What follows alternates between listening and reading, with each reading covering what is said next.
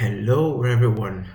Yeah, welcome to another Code Time with Blessed again. And as you know, we love to do cool stuff. So today, what we'll be showcasing is we'll be showcasing two major stuff. The first one is I've got this application, React application, here on my local. So the first thing I'm going to show you is I'm going to run this thing here on the local, see what it looks like.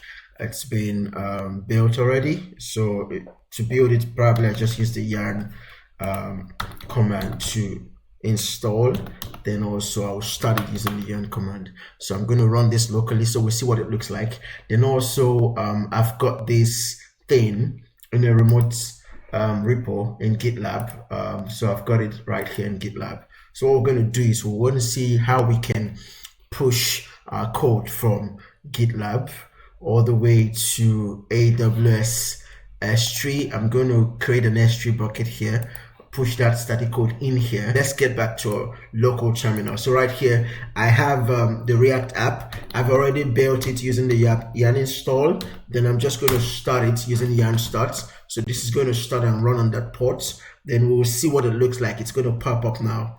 We'll see taking a while to do its stuff in the background. Once it pops up, we'll see what that application looks like.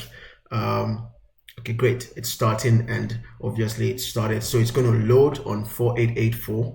Now, you may be wondering where I probably got this stuff from. I'll be glad to reference. I grabbed this from this reward example apps. So I found a front-end React stuff, grab that stuff, made a bit of changes and need to clean it up, and also make a bit of security after testing, fixing security bugs to ensure that it passes the CI, the pipeline, then rapidly deploying that stuff, which I'll be showing you. So this is what it looks like.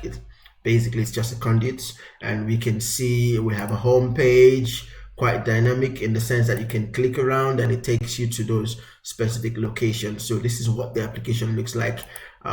Testing on my local. Now do not forget, I've actually run a couple of security testing on my local before actually committing this using the git push to push the committing this and also pushing this to the remote repo. So I'm going to just stop this thing. I've already shown you what I want to show you. So now let's get into the fun part. So the fun part, the first thing we're going to do is we're going to create an S3 bucket. After creating the S3 bucket, then we're going to come back in here, set the necessary variables. We will go over to our settings, then CI in our pipeline. We'll set the necessary variables. I already have some variables set. I think the username and password, which is going to ask me to be able to actually clone this thing from the repo if you check my pipeline.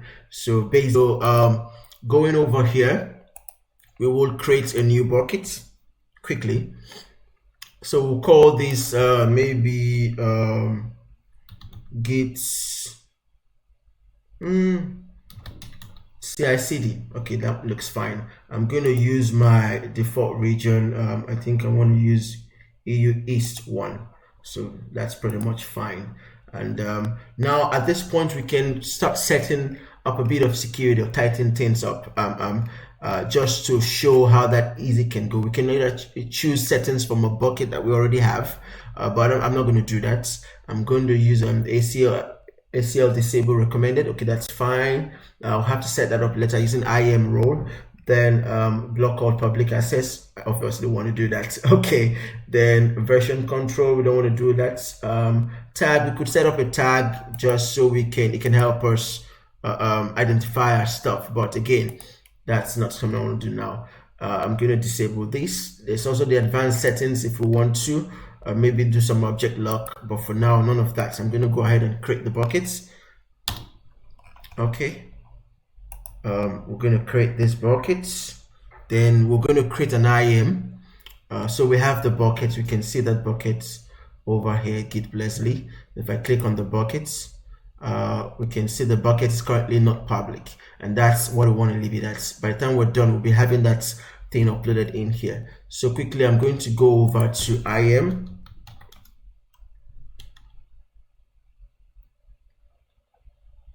So we're going to create an IAM, just a user. We'll call it maybe Git CICD. That should be a cool name.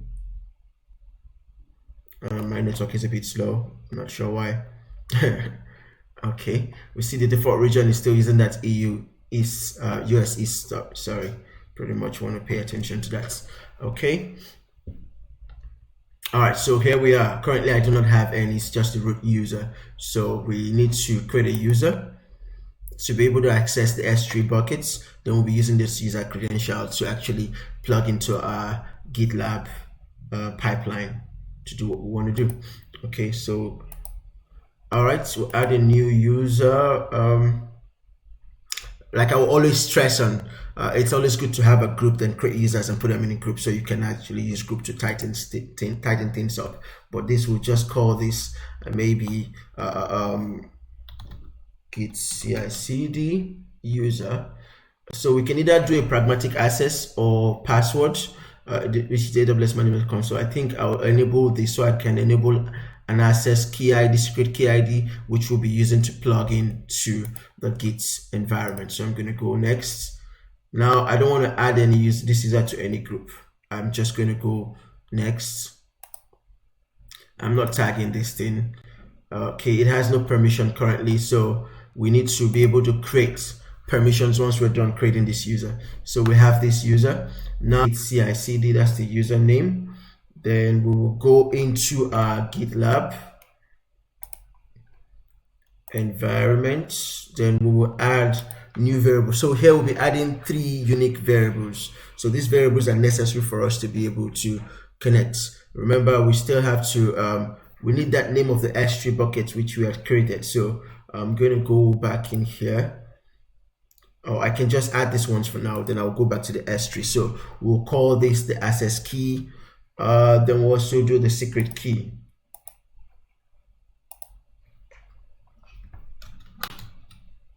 Okay, access key ID, the value, we're going to paste this in here. Do not protect this. I'm pretty much fine with that. Add variable. Then we're also going to add one more. This should be secret key. Then we'll go over here. I'm going to show this. Obviously, by the time you'll be watching this video, trust me, this stuff will be out of the way. So if you're thinking of something funny, oh, hoorah, I wish you success. Okay, so we're going to add this. Now we still need to add one more, which would be the S3. So I'm going to go back to S3 and find that bucket's name, because we'll be using that bucket name. It's a little bit slow here.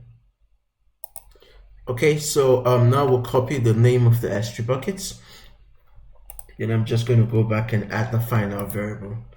So this final variable, I want to match it with what I've used in my CI. So I've called this S3 buckets. So I'm just going to go over here. S3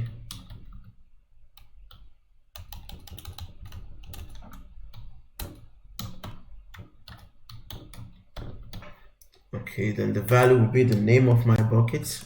That's the name of my bucket. I'm going to save this. So I've added all 3 variables that are necessary or required for us to be able to get this thing working. So next, now we will try and see if we could probably test this stuff before we rapidly deploy. Okay, so we need to also assign permissions to this user. So quickly I'm going to do that. I'm not doing group, I'm just going to attach existing policy directly. Let's see what that looks like. So I'm going to search for S3. Now I'm going to give full access. So this user should be able to have complete permission to the S3 buckets. So this should be pretty much fine. Testing the pipeline and see if it's going to work. Okay, so now we have these variables. Let's go over to running our pipeline. To start the pipeline, we're going to go into the git config.gitlab ci.yaml file. Sorry, open this file up. Then we already have this staged in there, which seem like we've been able to run this, but I'm going to add a few more. I'm going to edit this in pipeline editor and add all the static scan and all the scans that I want to run on this code. Basically so I can do the scans on the fly. So I'm just going to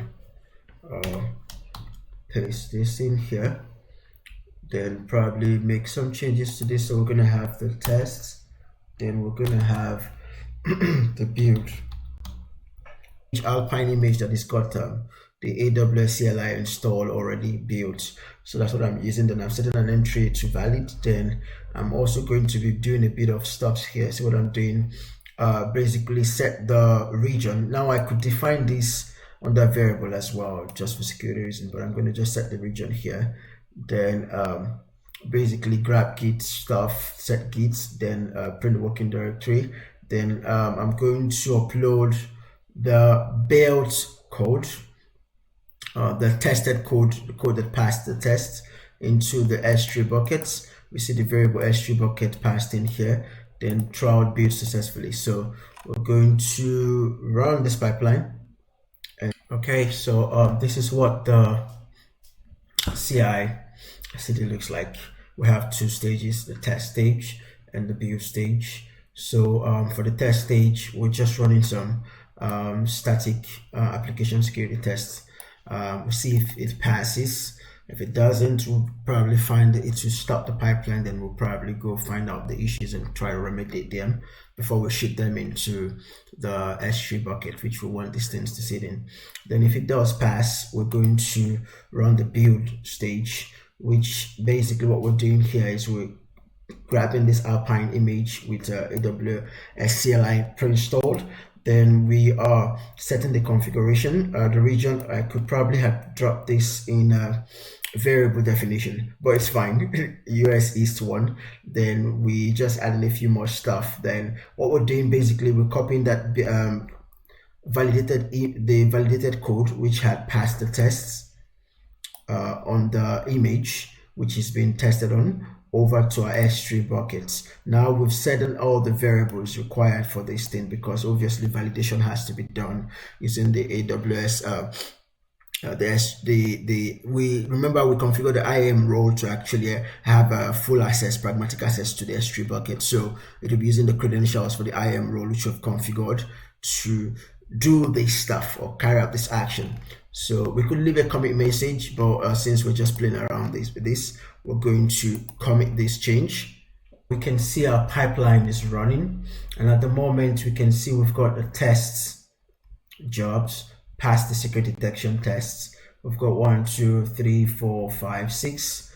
These are static scans. Then before the build job, so we could probably toggle around just to view the way it is currently running tests. We still have the build phase. We can also view the jobs and see the jobs that are running. This is done. I think this is not yet. All these scans had to be passed first before the build. So again, we could just start looking at this. This is what it looks like we have. I'm going to go back to the pipeline. Then I'm going to start viewing each of these just to see what it looks like. This has been patched already. So let's see what this looks like. Okay, it seemed like this tests was the static tests. So we're seeing a clone the repo, then did a bit of fresh report testing, then analyzing the codes, and this passed. Okay, we're pretty much cool on this one. I'm going to go back to see some other jobs. What stage are we at the moment? Network is a bit slow, so permit me. Currently we've passed quite a lot of them, remaining one of which is this one running. Let's just view it. If we pass this one, then it's going to start the build job. If it starts the build job, then it means we're good to go. We should be able to get our stuff in the S3 buckets.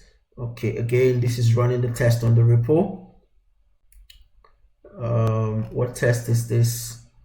Okay, dependency. Okay, doing some vulnerability scan with the database. See if there's any vulnerability on our React application.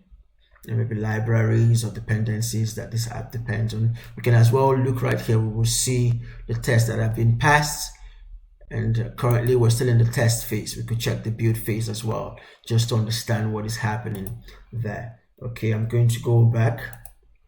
Once this is done, then it will trigger the build phase. We should start seeing the build process. Then once we have the build completed, we will now go to our S3 bucket to view if we have the code in there. So I'm just going to pause this. Then when it starts build, I'll come back to you guys. So as you can see, the build phase started already.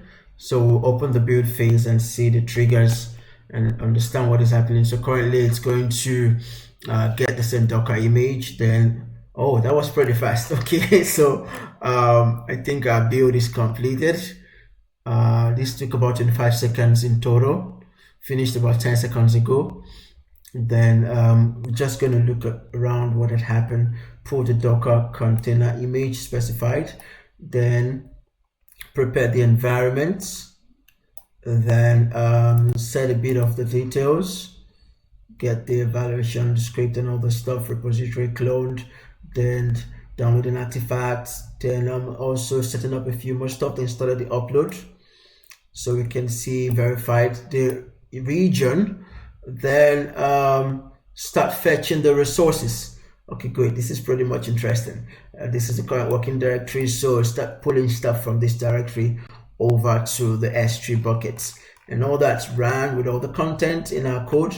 Then basically we have a success. So this job is built successfully, which means we have a success in our pipeline. I'm going to go back. We should be able to see that pipeline with a couple of other pipelines if we view the pipelines that you have. But currently in this editor, we can see that all the jobs passed. Okay, great. So we passed all the jobs. If let's say one of the security tests failed, obviously we'll be able to go remediate them because it will stop the pipeline. We'll go fix stuff, then we'll come back and continue. Okay, so let's go to our S3 buckets and see if we have the content in the bucket already. Okay, now I think we have our content, so it's loading objects. Over there we can see we've got the exact sysops. Now if I go into my GitLab, just so we're sure, if I go to the repository, I'm just going to go back here. If I go into the repositories, we'll see that is exactly what we've built that we have in there. So we tested, passed the test, we built it, passed the build. So this is sysops. That's what we've pushed into AWS. So this is where we're going to stop this recording.